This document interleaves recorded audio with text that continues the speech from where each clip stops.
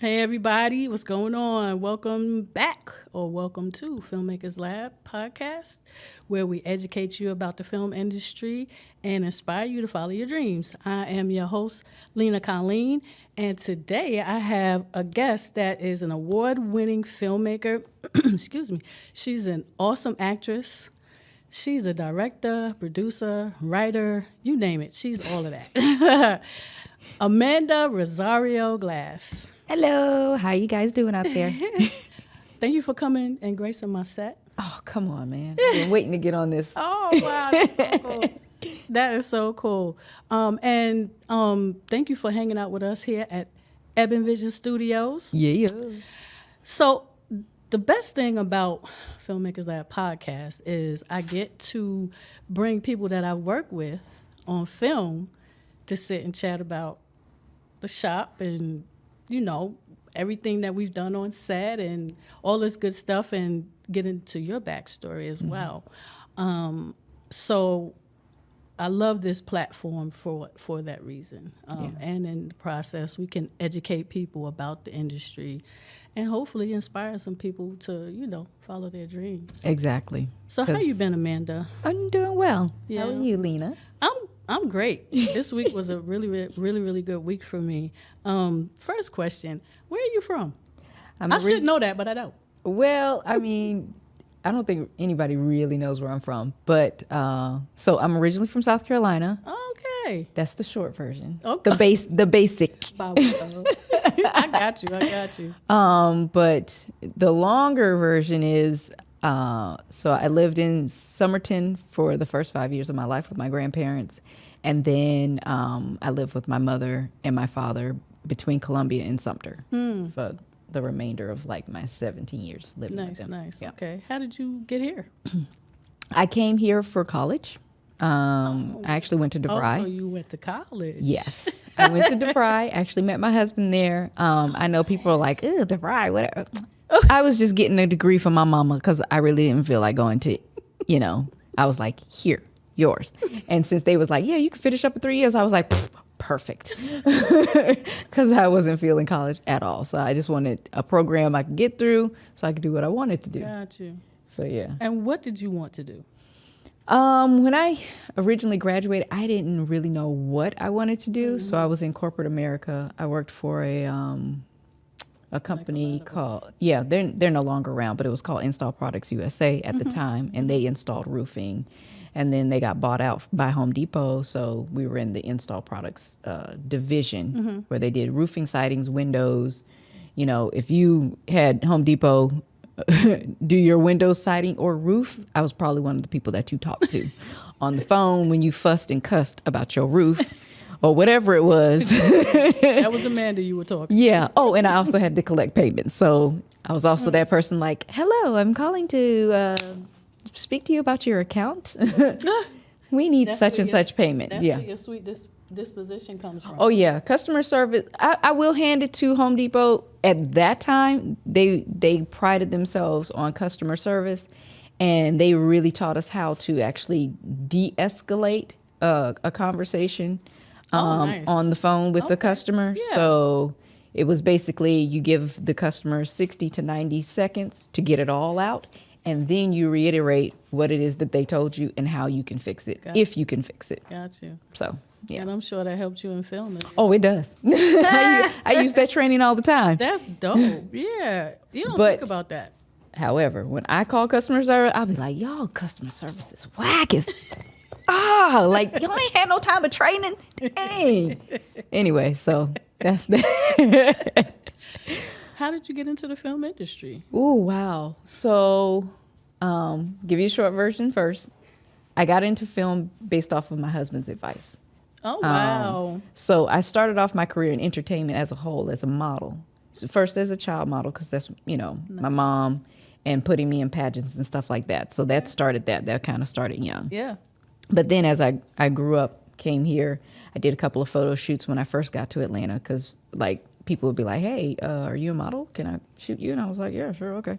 So so I did that. And then when I met my husband and we got married, I'm not going to tell you my age on that one, But I married young. Don't tell me though.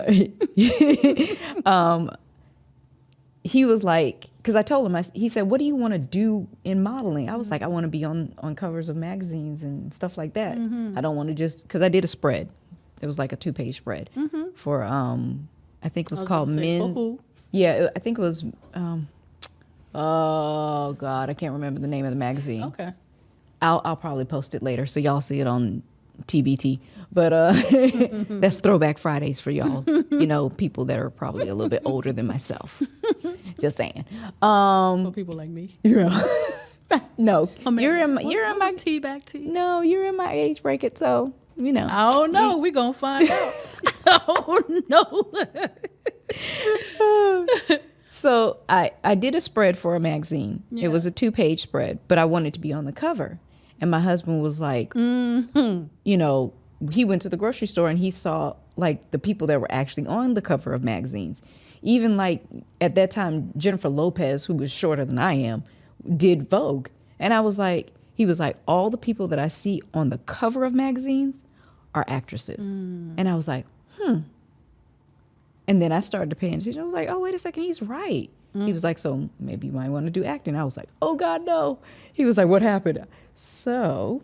Are you serious? Right. When I was a kid, I did theater for a short period of time. I can see that. I was going to ask you if you did. Yeah, I did theater as a short period of time. Yeah. And I got I was great until like the evening. I messed up one word on the last word of my last line because I started scanning the audience for my mom and I couldn't see her. And I just froze and was like, and then they spit out my last word and then I just blurted it out and then left the stage. But after that, I was kind of shook of the stage. Yeah, I was a little traumatized. So I was like, I'm leaving the stage alone forever. And and then I didn't come back until after I got married. I'm glad you came back. See, what's your husband's name? Lee. We just call him Lee. Lee. Yeah. He knows what he's talking about. Good for Lee. Yeah. So. Because, and we're going to get into it, but your instincts as an actress is, they're so on point.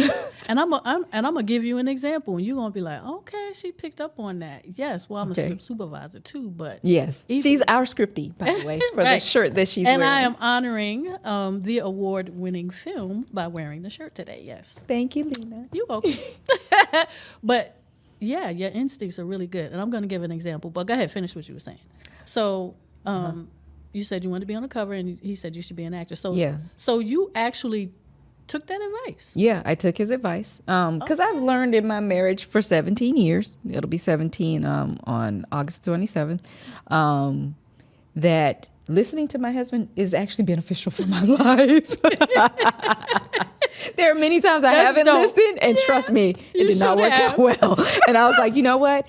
I need to listen to this man. He's the practical one. Yeah, I mean, he is a really good judge of characters, not just for myself, but people in general. Okay. And he's a Libra. So I don't know if that plays into anything, but it might.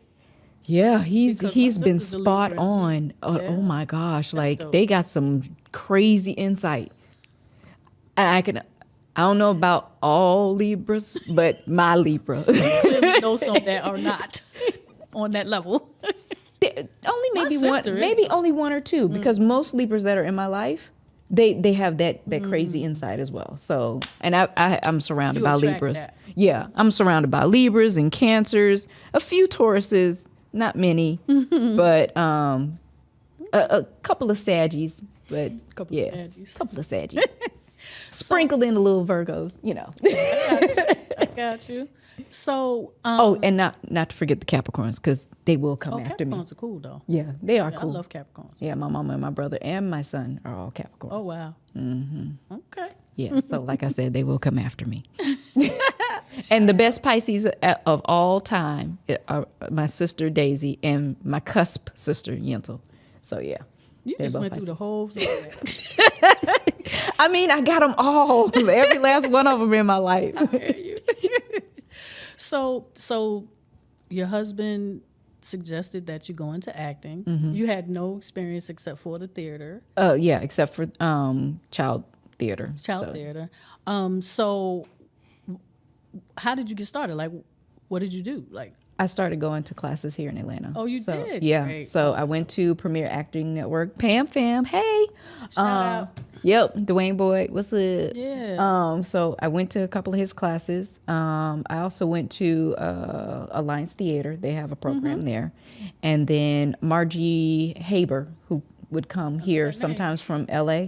So I took like a couple of her workshops. So nice. yeah. Okay.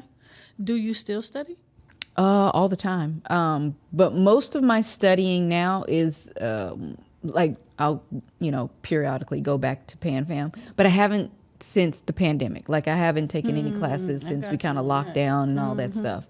And then now that everything's working, I'm starting to actually work. So it's kind of, like I'm like, okay, I'll get back to PanFam and do my improv. Nice. To keep those skills sharp and, and all that. We're going to talk about Nice but Feisty.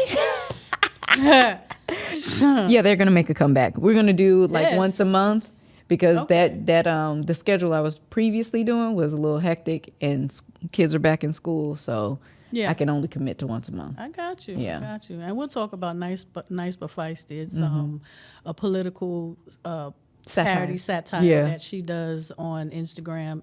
I don't know if you do it on any YouTube. They're on YouTube. But I think they're all archived on YouTube. Okay. So you can get them on my Patreon. Yeah. I'll see them on your Patreon. Okay. Yeah. So we'll talk about that. Yeah. So you started going to acting school and what was the first film you did? So who opened the door for you? Strangely enough, one of my very first films I can think of being in is Stomp the Yard as an extra. Okay. And I got that referral from a girl I worked with at one of the flooring groups or one of the flooring companies I worked with. She was studying film at the time and she was working at the flooring company, just as like her main gig, but nice. Her passion was in filmmaking. And so she was like, you ever think about doing film? And it was right at the same time my husband. So I was like, okay, so, meeting in the middle type deal. And I was like, sure. She was like, well, got that download. Yeah. She was like, well, I don't know if you know much about acting, but you can be like in the movie, you'll just be in the background or whatever. I was like, cool, I'm game. Wow. So Rob Hardy and Will Packer, y'all don't know, but y'all started, y'all helped me on this journey like really early on. So I was like, I liked when I did background at first because, it gives you a feel for the industry. You get to kind of observe. If you're paying attention, you get to observe everybody's job. Yep. You get to see what everybody's doing. Definitely. And you kind of, figure out, what is set etiquette. Yeah, and things of that nature. Okay, yeah. Yes. So and if you want to do it, because and if you want to do it, because acting is a grueling business, whether people realize it or not, and you get rejected more often. You will hear 1,000 no's before you probably get a yes. And that doesn't happen for everybody because recent friend that I met on set, his name is Hassan Christian, and he does music. And this, like, he did his first acting gig like last week or whatever, and like just right out the gate. So I was like, that's what's up. I love hearing stories like that because mine's not like that. Most people are not. Yeah. But I was like, that's perfect, like because it just keeps the hope alive, if that makes sense. For sure. Definitely. But going back to what I was saying, they kind of, doing background, it helps you with set etiquette. Figuring out what if you want to do it or not. Because again, acting is a grueling business and you're going to be rejected so many times. And you have to be able to pick yourself back up and go, okay, one more time. Let's go. Yeah, one more time. Let's do it. Try it again. Let's do it again. Well, let me figure out a new way or, So it's really about falling down and getting back up again. Definitely. Because if you give up in acting, it speeds past you. Yeah. It does. You just got to be consistent and just thug it out. In all honesty, if that's what you want to do, you're gonna have to stick in there for the long haul. Make some sacrifices. Yeah. Do you think it's about the talent or who you know? It's a combination of both because say that. No, it really is a combination of both, because if you know someone and they could put you on, but you're trash, they'll never like try to contact you ever again. And then you can have all the talent in the world, but if you don't network and you don't, try to make connections, then that talent is being wasted. So it is a combination of both. It's a 50-50. And you have to have the talent, but you also have to understand that you need to make connections as well. Yeah, that's so important. So important. And excuse me, going back to what I said earlier, because I've had the opportunity to watch you work on all levels, directing. She directed this film and acted in this film, Unordinary Love, and your instincts are incredible. And I just knew you were going to tell me, oh yeah, I dreamt about being an actress. I did not expect this story from you. I honestly did not. I'm really surprised because your instincts are so good. Excuse me. Man, I got a frog in my throat. Yeah, I've been drinking it. Clearly it's not working. But anyway, so there's a scene in Unordinary Love where your mom lets you go off with your cousins, right? And you guys are in the car and you're driving off, right? So as a writer, what I saw was the car pulling off and you guys just leaving, and we see the back of the car. But you looked out the window and you waved. And I'm like, that is so pivotal, because you get back home and she's putting you out. Did you think about that before you did that?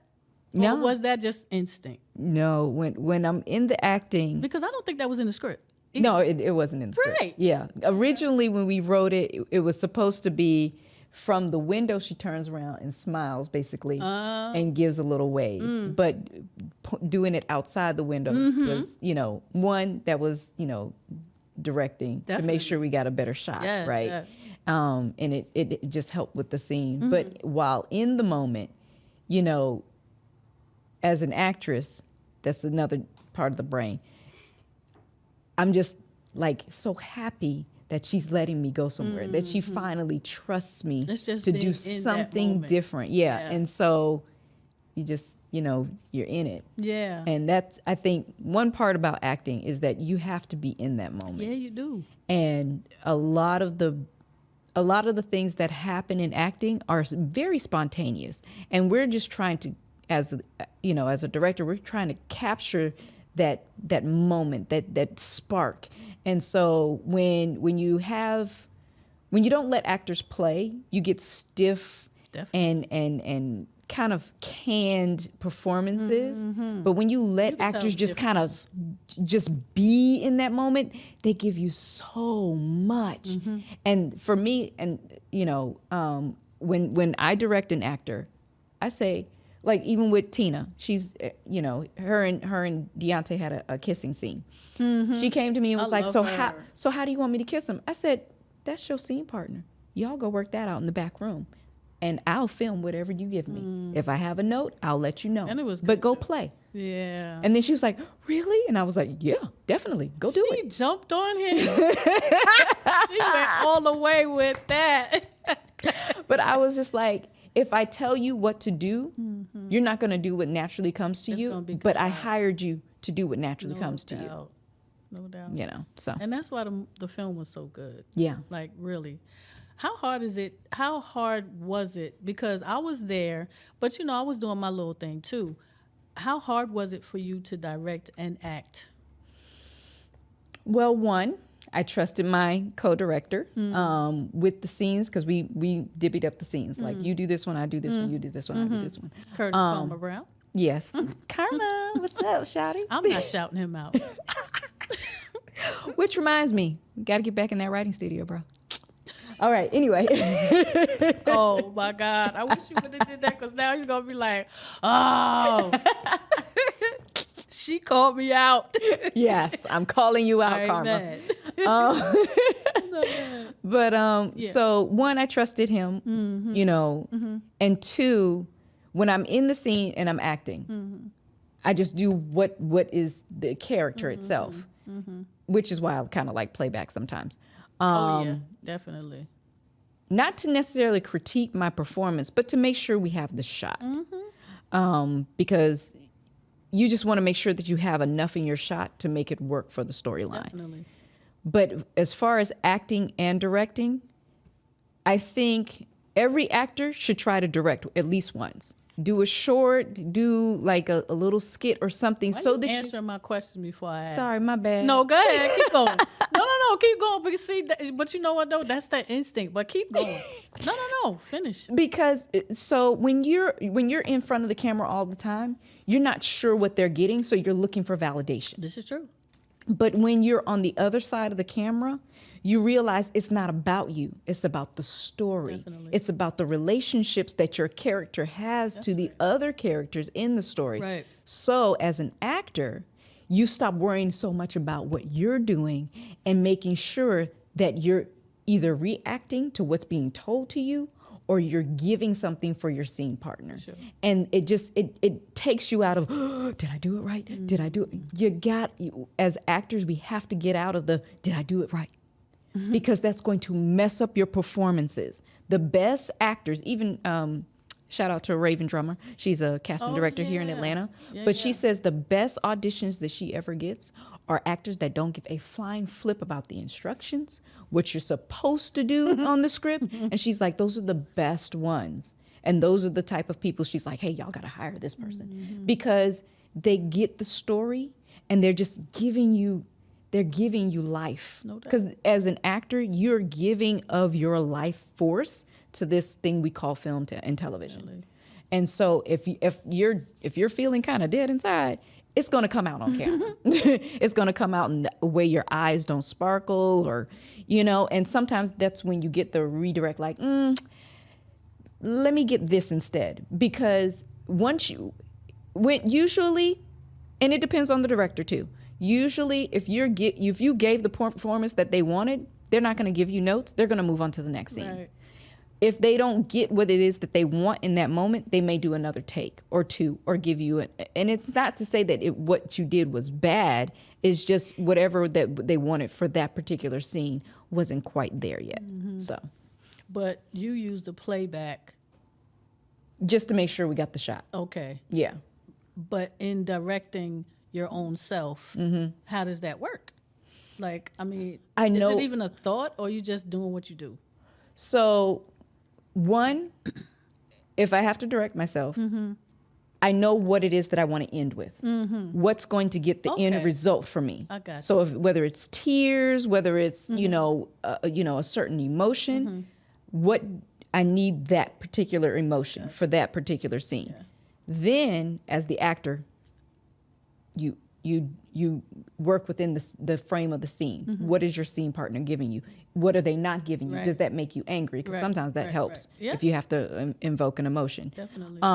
And so that's more so on the acting side. But as the director, I'm looking for the emotion. I'm looking for the connection. I'm looking to see, has that moved the story along? No doubt. Because it's definitely about the whole story, not Definitely. just the little pieces. The pieces help, but you need the whole thing as well. For sure. How do you prepare for your roles?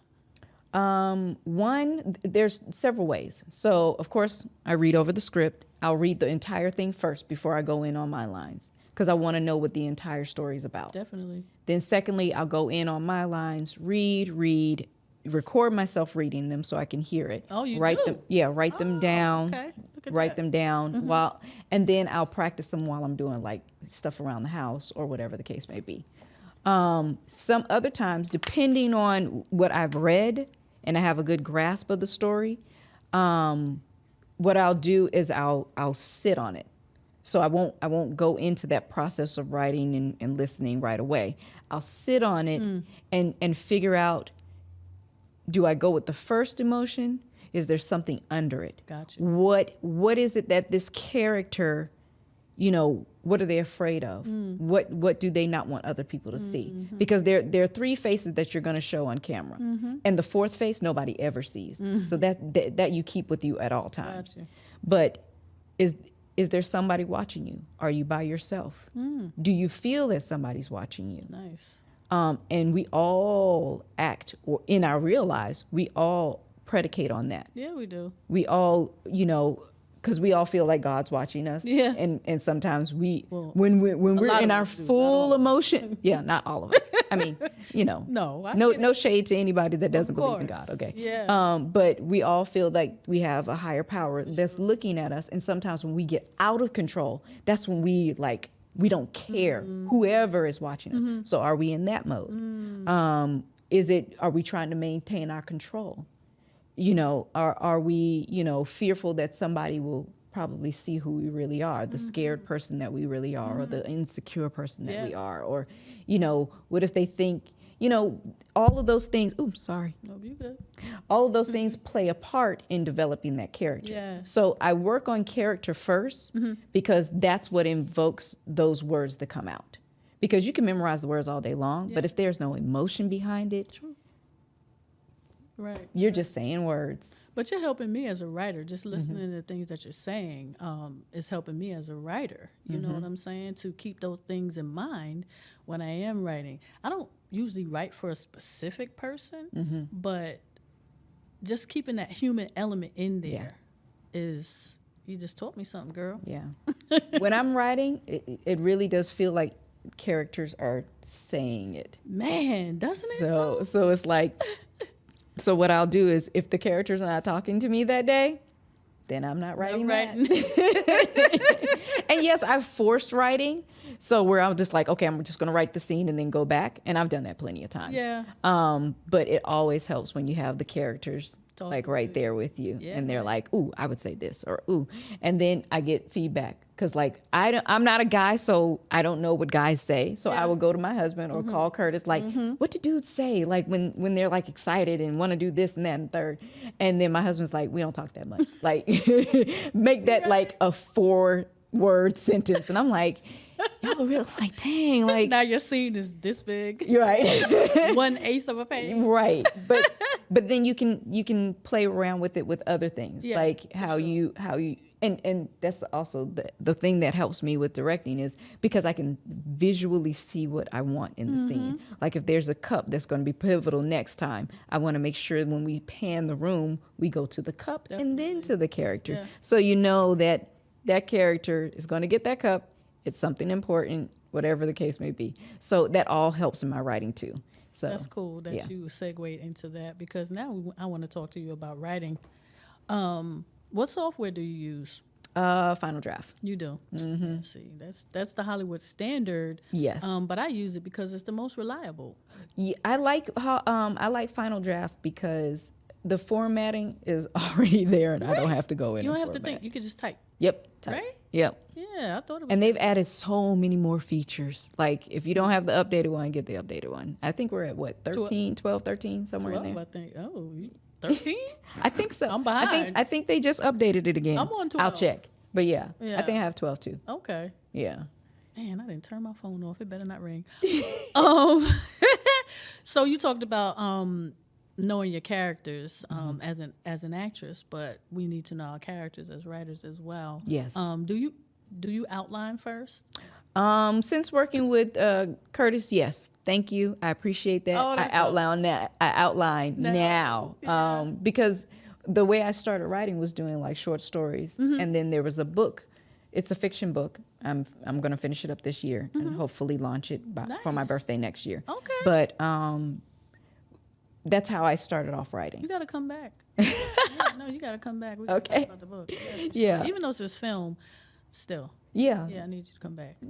But go ahead. I'm sorry. So I started off writing like that, like long forms, because you have to have so Yes. much description Yeah. and where the scene is. And that's where my brain does, even when I'm writing scripts. So I see the full scene. I see all the little nuances. And then I just know when I format for television and film, not to put all the detail. Nah. Some detail, but not all. Yeah. So yeah. Say what you have to in as least words as Right. but you still have to have that full picture in really your do. mind. Yeah, for sure. Although Quentin Tarantino, he cares nothing about the standards of At all. He will give you a novel and then be like, okay, here are the lines. You know what? I need to read one of his scripts just to see how descriptive it is. Yeah. Because I know it's off the page. You might as well write a novel. Like, no joke. I mean, when You might as well. you writing it, producing it, and directing it. Yeah, And I guess but you see, can do that's whatever what he you can want. do. You can do Yeah. whatever you want if you are funding it yourself, basically. And I think it helps. I mean, of course, it's going to help your characters. Oh yeah, But it helps actors the more details that they have, because it's less they have to like think of their self, doubt. like think on their own, Right. like because you have so many questions as an actor, not about just your character, but the characters of like Right. your other characters, your scene mates, Yeah, or even like where we're going to film. This. You know, all of that plays a part. of course. Especially, you know, if you're involved in wardrobe at any point as an actor. I know Cicely Tyson was famous for this, but she would like to, you know, get the wardrobe for every character that she did. Because she was so invested in that character, like, oh, no, she would not wear that. Like, let me go shopping for this character. Wow. She was famous for that because she embodied that person. So when she put on those clothes or put on whatever it was, she was that character, and you wanted it to be knew right. it. You knew it. That's what's up, man. Didn't know that. Mm-hmm. Wow. You're dropping some gems, girl. So you outline now, and you do character bios as well, don't you? Yes, we have to do character bios. It helps So out important. casting, of course. And it helps, you know, for me to kind of maintain, like, when I'm writing for that character, would that person actually say that, or would they do that? Yeah. So if it's not in their character bio, then I know that person wouldn't even do that. Like, and then also if I'm directing it, then I can also say, actually, that character would not do that. I know you have your vision, but this particular character wouldn't actually do that. Yeah. So Like the woman who played your mom, she's another one that's an awesome. oh yeah, actress. Miss Autumn. Oh my gosh, Autumn When Monroe. she- Hello, honey. Oh, she won Best Actress, by the way. She So did. yes, When she screamed. yes, No. shivers. Yes. Every time that part comes on, I'm like, And here I go. goosebumps. So Curtis, was that in the script? Technically, yeah. It was. Yeah. But she took it to the next level. Yeah, she brought that all the way through. I really was like, did.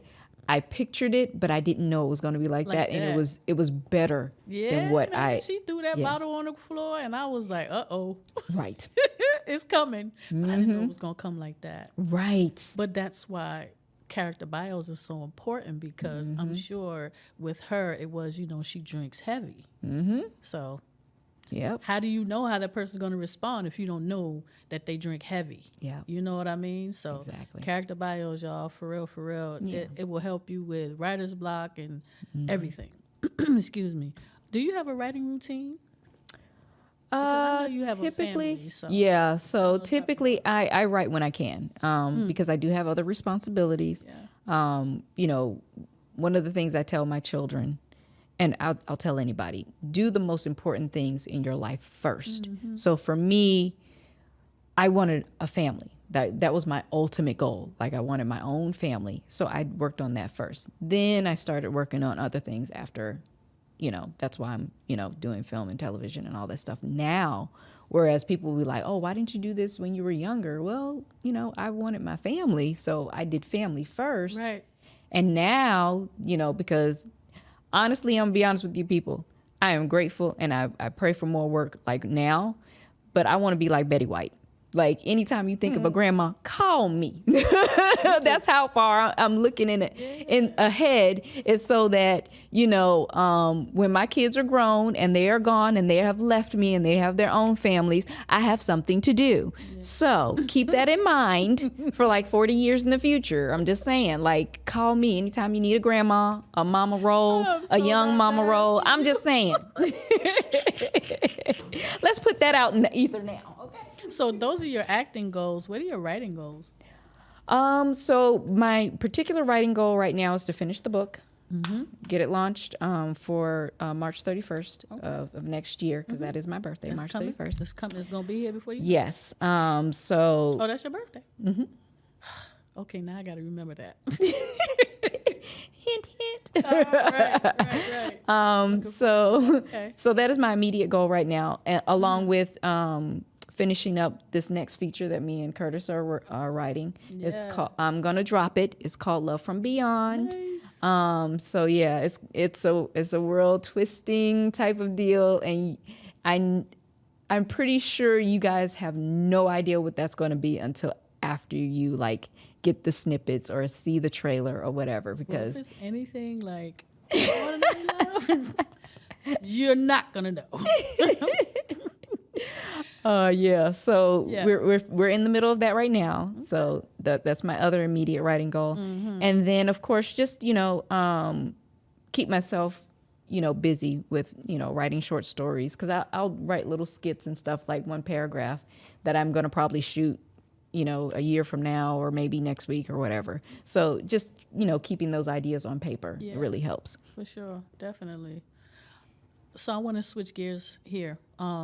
Because you do so many different things, and it's so crazy. When we did His, Hers, and the Truth, I saw your name, and I said, well where was she at? I didn't see her.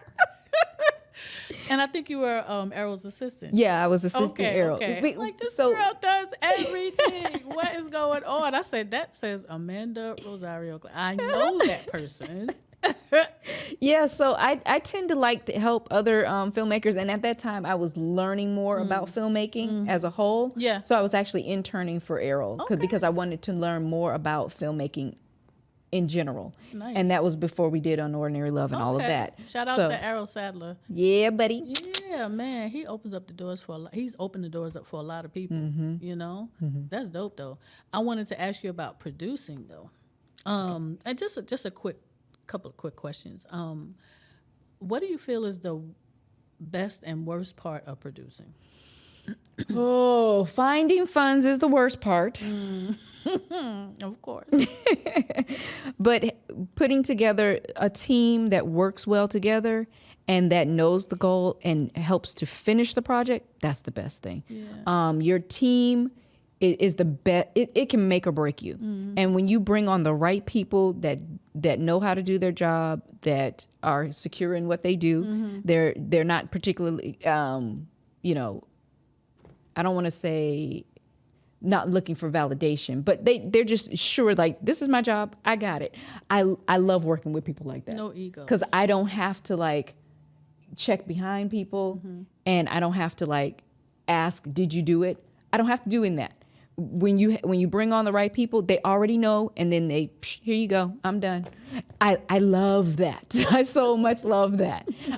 So yeah, the best part is, having the right team. The worst part, there's two parts to that: when you have to find funding and when you have the wrong team. So yeah. Yeah. How hard was it for you to put together the team for Unordinary Love? Because we flowed. Yeah, I think I got extremely lucky because Karen Cantley, she's also does Scripty as well here in Atlanta. Okay. She referred me to. I met her. Yeah. Right. Yeah. At the red party. Oh my God. Yeah. I did. She's the one that referred Miss Gwen to me.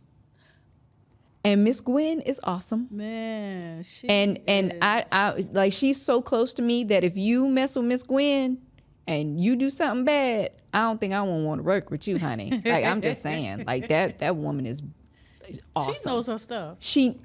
Thank you. So she knows her stuff. She was able to like handle like pretty much everything. She did. I knew Kevin, DP. He DP'd for us on this project. Yeah. So he brought his whole crew with him, because they typically do Christian rock music videos and they also do commercials. They were awesome too. Yeah. And I worked with him on a commercial. So I had told him while I was on the commercial, like, hey, we're going to do a project, one day. And this was years back. And then when I called him, I was like, okay, you ready? He was like, oh, you serious? I was like, yeah. Like, Yeah, come on. It's time to do it. So that's the part I'm telling you about networking. Like people, especially in this industry, tend to work with people that they already know and that they like. Yeah. And maybe not necessarily like, but respect. Definitely. So it's more so of respectability than likability when it comes to behind the scenes. When you're on the camera and all that stuff, yes, of course you have to have some level of likability. But when it comes to your crew, you have to respect the people that you work with. You have to know that they're going to show up on time and do their job because you're paying for it. Yeah. And I think that's another part, which is why I'm telling actors, do your best to try to do at least one other job other than acting so you can see what it looks like behind the scenes. That's good advice. Right. Because as an actor, sometimes you can get totally in your ego and you think it's all about you, and it's not. That's why as an actor, you're picked last. As a director, you're picked first. You're right. It's producers, then directors. I thought about it like that, but you're absolutely right. After all the team has been assembled, then they bring in the actors. They really do. Mm-hmm. And you need to know that, if it's not working out, it's just not working out. And that could be a good thing or a bad thing, depending on how you take it. But as an actor, you need to understand that it's not all about you all the time. I know that's what makes you good at acting because you're so into your emotions. But sometimes you have to be able to compartmentalize and be like, it's not about me right now. Yeah. So, And they should try what positions? I would say, PA for a day. Yeah. Yeah, PA for a day where you have to do the grunt work, where you have to, probably go get somebody coffee. Yeah. Because it'll so help you how to.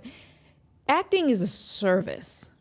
And if you don't have what I would call a servant heart, I don't think it's going to help you very much, because all of the great actors knew that they were giving of themselves. They were being of service to others. That's why, old school actors, now I don't know about on the other color spectrums where, if they have divas in that or not, and you have to be a certain level of diva, okay? But even divas are nice to people. Like, not all the divas are throwing cell phones at people. Not all divas are, you know what I'm saying? Like, she said that. Yes, I did. I love you, girl. I do. You beautiful all up in her. Diva. Huh? Patti LaBelle is a diva, but she's nice. Oh, have you seen her behind the scenes stuff? I have. People are like, I so want to go back and work. Have you seen her on Drink Champs? She's on Drink Champs. Really? Really? I need to go watch that. You really do. No, I hear what you're saying, and she's a diva all day, but she's a sweetheart. She is so sweet here. Yeah, man. And you can clearly feel that when, people that have been around Patti LaBelle will say that they love being in her presence. Mm-hmm. That's what you want, but that's because she has a servant's heart. No doubt. She grew up in the church. She knew what service is about. Yeah. So there's very little ego there, except for when she has to perform. And that's when your ego comes out. And that's right, because you're good at what you do. Yeah. Like, there's a certain level of egotisticalism that you need for performing, because you have to be so particular to make sure your performance is perfect.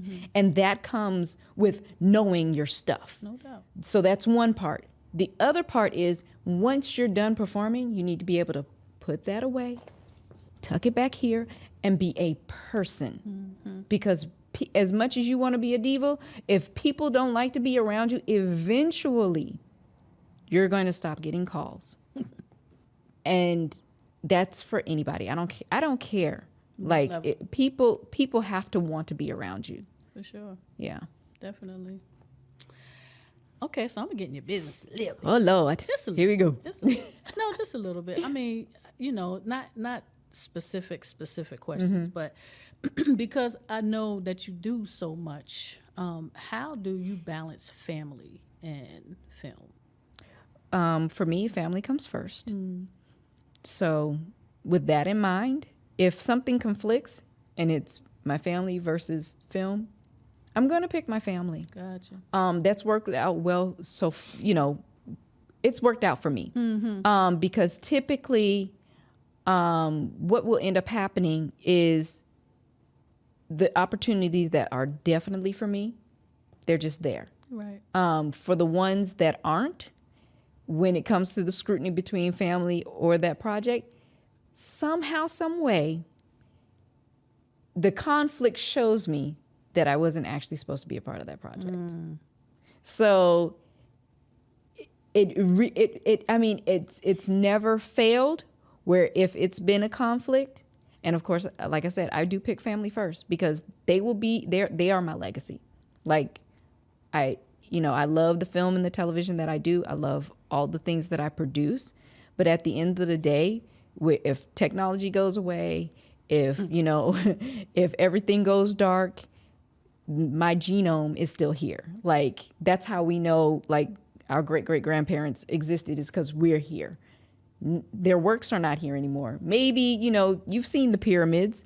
You've seen how dilapidated they are for the most part. They're still here, but the people that built it, it's their genome that's still here and that could rebuild if necessary. So that's why I choose my family first. They are my legacy. Okay. But going back to the point that I was making, if there's ever been a conflict between myself and my family and my obligations for film and television, for some odd reason, if there's ever been like a hard conflict where I just can't do it because it is a family thing, for some odd reason that production doesn't do very well.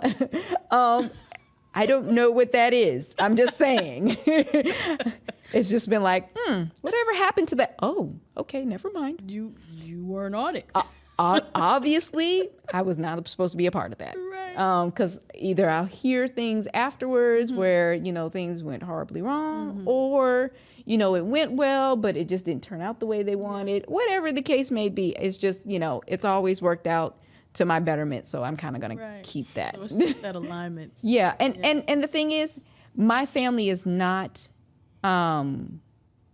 unaccustomed to me having to leave or unaccustomed to me having to, be away from them. Gotcha. They understand that mommy does work and mommy has to work. So I'm just grateful that I have family members that come in when I need them. Of course, my husband is there. I'm so grateful for him. And my kids are very understanding for the most part. So even though there have been some challenges, it's not been, so hard for everybody involved. Gotcha. So it is a balancing act. It's not easy. It is. But, everyone's, kind of on the same accord. That's like, yeah. That's good. That's a blessing. Yeah. That's a blessing because being an actress and just in film in general is a lifestyle. Yeah, it is. I was talking, my last guest, Angelo Diaz, he mentioned it, and he's so right. It's your spiritual, the spiritual aspects of it, the physical aspects of it, the, mental, all of that is really a lifestyle. Yeah. And it's, it's something that's consistent, ongoing if you're serious about it. And so I don't know how old you are, but I know that we had a little discussion. Okay. You are in the best shape that I've ever seen any actress in, and you maintain that. How? What is the secret? Give us some hacks. We need some tips, some tricks, something, okay? Because when I started doing this podcast, I was a lot thinner and I put on weight, and it's like, where did this come from? And I don't know, maybe it's just the doing it every other week and just being in my head, you know what I'm saying, and snacking and whatever. I don't know. I'm not making excuses, but how do you maintain this? Okay, and this? I'm gonna tell you one thing. So one, thank you, mommy and daddy. I knew that was going. 2, typically, unless I'm on set, I tend not to eat after about 9:30. Like I just stop all food intake. Gotcha. After 9:30. Now, unless I've like been on set or working, that kind of goes to the wayside a little bit. But so when I'm in my daily routine, not at work, it's all organic food. Yeah, yes, people, I do eat meat. but I don't eat a lot of I was it. gonna say that. I was Yeah. gonna ask you. Yeah, I do eat meat, but I don't eat I guess what people would consider a lot. So like we'll have, breakfast and lunch. Typically, if there's a lunch, I probably won't do meat, or if I do, it's like a small portion of meat. And then like dinner would be like my meat meal. Got you. But for me, I think it's really just the control after like 9:30, like not having like food. Like if I'm like super hungry and I'm craving something, like I'll eat fruit, or I'll eat like I try not to do nuts at night, but I'll eat like something like fruit or something before going to bed. But it's not a meal after like 9, like I said, unless I've been on set or I'm at work. Do you snack? You don't snack, do you? I don't really snack, even I will put it like this: when I'm on set, that is the only time you'll really see me snacking. Like throughout the day, I really don't sneak like that. Yeah, because I was working. Like I don't have time. I don't have time. I'm too busy running around. That's another thing too. Like directing and acting. Right. Man, yeah. Okay. Yeah. I was in awe. Like I get to see it. Thank you. Yeah. But my kids keep me pretty busy too. So there's that, which helps. But they understand the lifestyle, like you said. So so what I'm hearing is it's a combination. Like everybody is on board with, Well, my children snack though, so they do all the snacking for me. Well, they're kids, so. Yeah. True. But I mean, if it was me, I would probably have a hard time not snacking with them. But usually, so I don't know. Like just anytime, not your thing. Yeah, like if they're sitting down having their snack or their lunch or whatever, I'm off doing laundry or having to clean up. Got you. So it's like I don't really have time to snack because I have to clean. Yeah.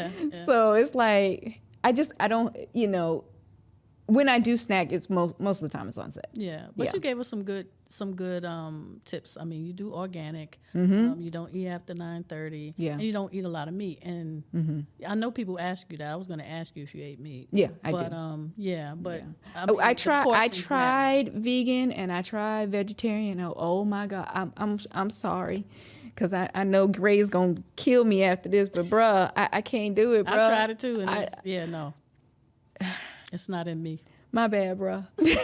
Oh, please check out Gray Music. All right. And Plant-Based Stripping, because they're awesome. I love Gray. He's dope. Yeah, he is. Yeah. He's awesome. So you order stuff from him? Doesn't he have like a? Yeah, he has. Of course he does the music. He also has his clothing line. His wife does fat ass pancakes, so y'all gotta go order her. Right. Yep, Chef Nick. Yeah, so definitely go support the fam. Yeah, because they're awesome. They are. Very much. He actually keeps me on point when it comes to the plant-based stuff. Yeah. And so we, like I said, we incorporate some of that. I still just eat meat. I mean, it's like I add it in, but right. Sorry, I'll blame that on genetics too. Huh? My DNA requires a little bit of meat. Do you think that acting is your life's purpose? Like it's your destiny?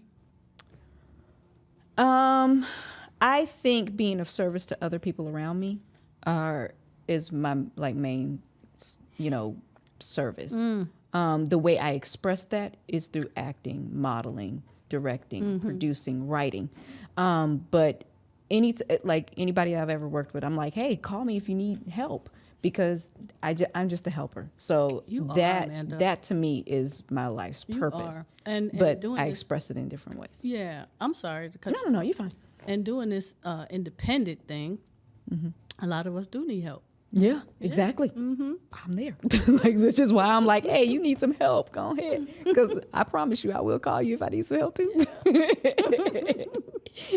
So you said we got 5 minutes, but I need 10 minutes. You're gonna cut us off. We can have a after show, right? We can have the like, overtime, right? Like, nope. Right back there in the kitchen.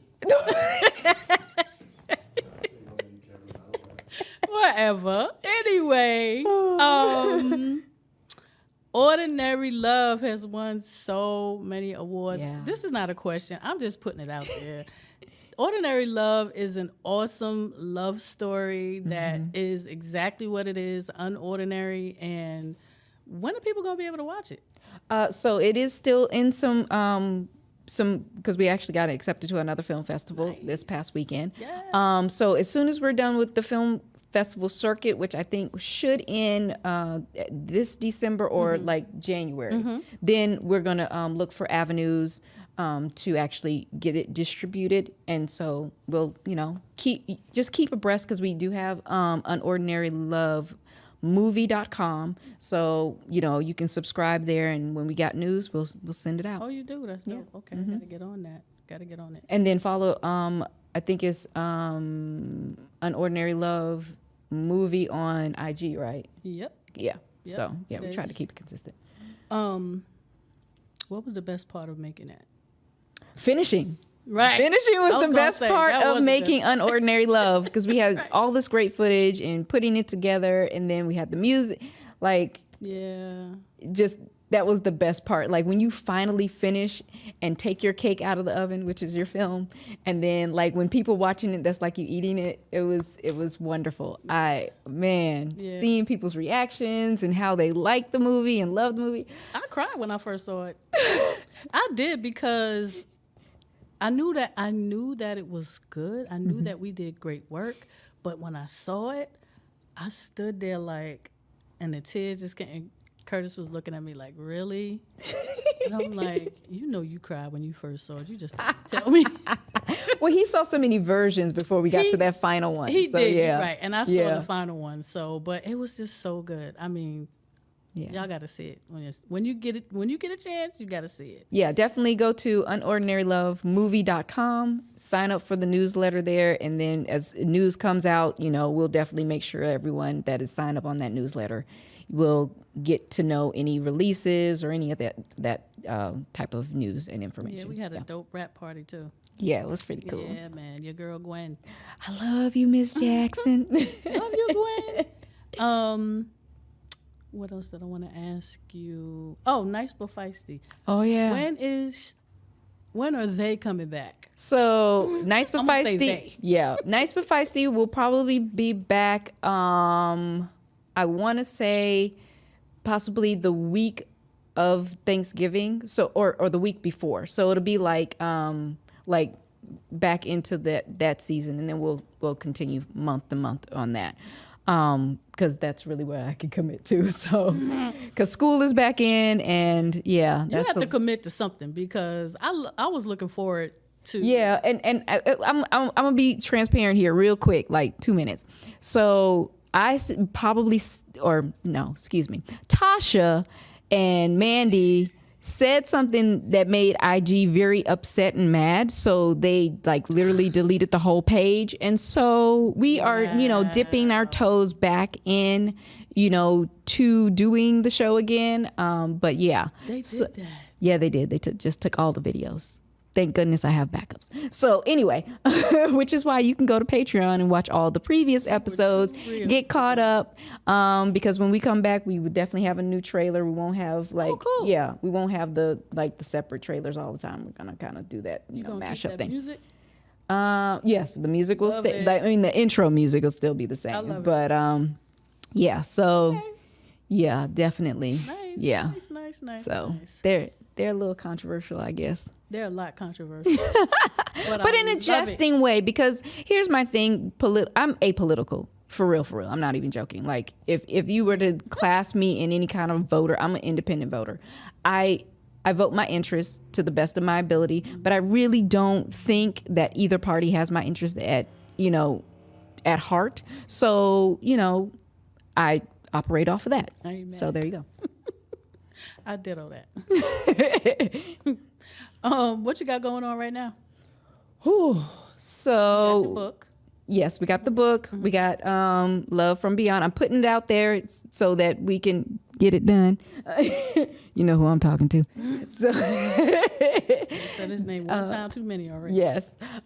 We also filming a 2-part series. It's called Toxic Energy. Okay. So you guys follow the director. His name is Wilson Anio. Let me spell that for you. So Wilson, and then his last name is Aina. So you can look him up. You'll see some of the stuff he's put out for that. We also got Help Wanted. On your IG? Oh yeah, Okay. I got it on my IG too. Help Wanted. Help Wanted, the action movie. We're actually filming at my house, or we actually filmed yesterday on my house because I'm also a producer on that. Yeah, Nice. I'm also a producer on that. So we used a space in my home to get that done because you know how we do. I We know use how everything. we do. Are you in it? Yeah, I'm also in it. cool. So yeah, yes, All right. Dope. yeah, we're dope. yeah. So you working? You outside? Yeah, we out here. We getting things done and looking for more. Because again, if you need help or you want some advice, I mean, I'm not good on advice, but I'll help in any way, possible way that I can. So How can people hit me reach up. you? I'm on IG at MS Amanda Rosario.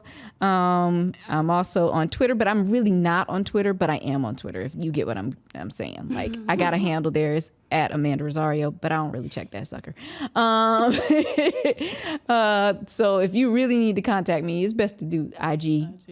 Or you can go to my website at amandarosarioglass.com. That'll also lead you to amandarosario.com. Either one, it gets to the same place. Mwah. Thank you for Thank gracing you. my set. I honey. appreciate it so much. You dropped some gems, and we'll have you back.